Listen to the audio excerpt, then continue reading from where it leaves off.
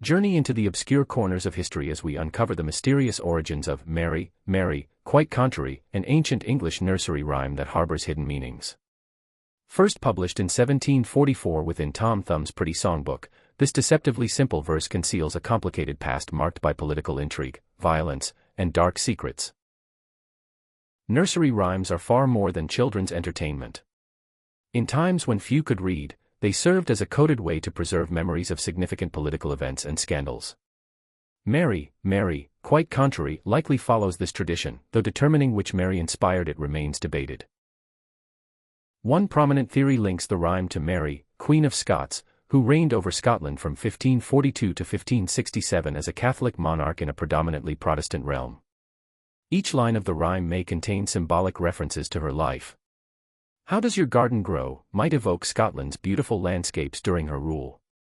Silver bells could reference the chimes of Catholic cathedrals, while cockle shells may mock the ornate French dress she received as a gift, a target of Protestant criticism. The "maids all in a row" likely refers to her ladies-in-waiting, for women who accompanied her through the French court and later Scotland.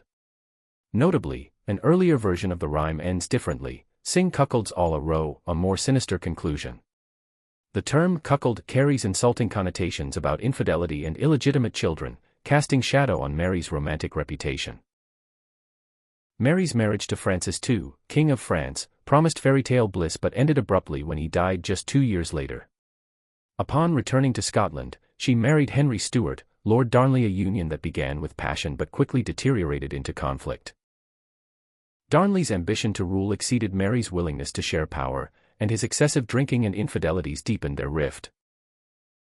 Rumors swirled that Mary had taken David Rizzio, her secretary, as a lover. Whispers intensified when she became pregnant.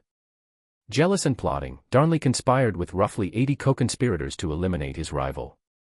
On March 9, 1566, armed men invaded Mary's chambers at Holyrood Palace. Despite her attempts to protect Rizzio, he was dragged into an adjoining room where he was brutally stabbed 56 times. Darnley delivered the final blow. Rizzio's body was stripped, desecrated, and thrown down the palace stairs, a gruesome display of power and revenge. Just over a year later, Darnley met an equally mysterious end. In the early hours of February 10, 1567, an explosion destroyed the old provost's house at Kirk O' Field where Darnley was staying. His body was found in a nearby garden, seemingly unharmed by the blast.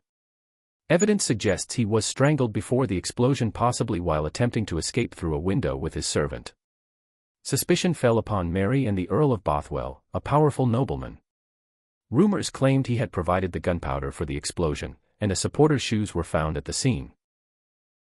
Days later, broadsheets and leaflets circulated through Edinburgh accusing Mary and Bothwell of orchestrating Darnley's murder and conducting an affair. On April 24, 1567, Bothwell and 800 men confronted Mary on a road between palaces, warning of danger and offering protection in his castle, a trap. At Dunbar Castle, Bothwell took Mary captive in what appeared to be coercion and sexual assault.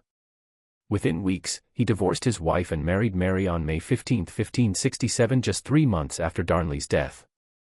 Whether Mary was a victim of manipulation or a calculated participant in these tragic events remains historically contested. Another interpretation suggests the rhyme refers to Mary I, 1516 to 1558, known as Bloody Mary.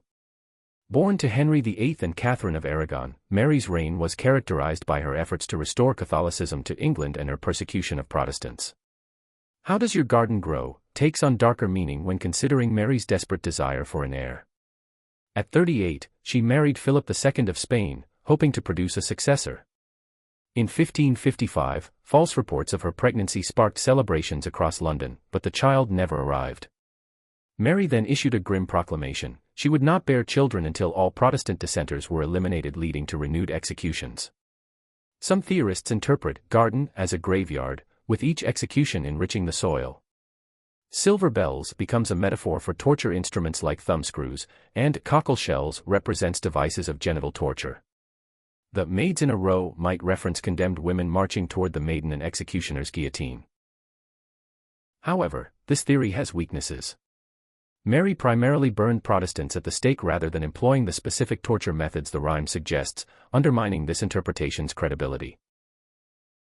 The truth likely lies somewhere within these historical narratives, complex, ambiguous, and forever shadowed by the passage of time. Mary Tudor represented paradox, a woman seeking salvation while inflicting terror.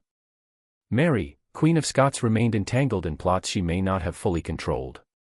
Both theories reveal how nursery rhymes preserve cultural memory, encoding historical trauma into seemingly innocent verses. What's your perspective? Do you find one theory more convincing than the other? Share your thoughts in the comments below. If you enjoyed this exploration, please like and subscribe, and let us know which nursery rhyme you'd like us to investigate next.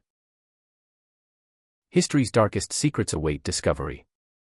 Until our next investigation, keep questioning, keep exploring, and keep satisfying your curiosity about the strange and shadowy chapters of the past.